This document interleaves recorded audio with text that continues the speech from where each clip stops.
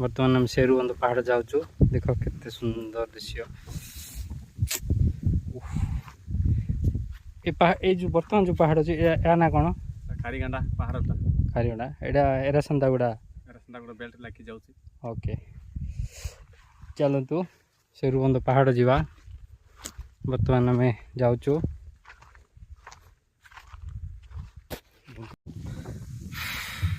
केते सुंदर देखो प्राकृतिक सौंदर्य भरपूर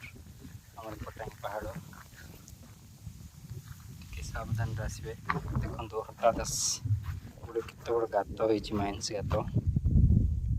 50 फुट अच्छे हठात गाई गोरु भी पड़ जाऊँच आसला सावधान रे आसवे देखो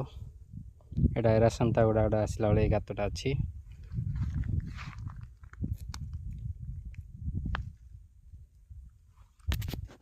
भला सुंदर करे सहित पर्व टाइम रे कोन बोले गुरु केते बड़ पहाड़ देखि से की पहाड़ से की पहाड़ सेटा मालीपुर पहाड़ नै कि एते बड़ दुस्ची मालीपुर मालीपुर एटा हमर से टुगला चक्र हमर सिबे पहाड़ आइला समान एटा से टनल बाहर देखु भीतर जीवा डर लाଗୁଛି काइन बहुत अंधार लिखा होता के डेट स्थापित एटा पाखापाखि 500 मीटर ऊपर लंबा थी ना भाई 700 800 मीटर भितर जीवाटा सेफ्टी ना मिनिमम 200-300 लोक हेले ही जीवाटा भल न मिनिमम 50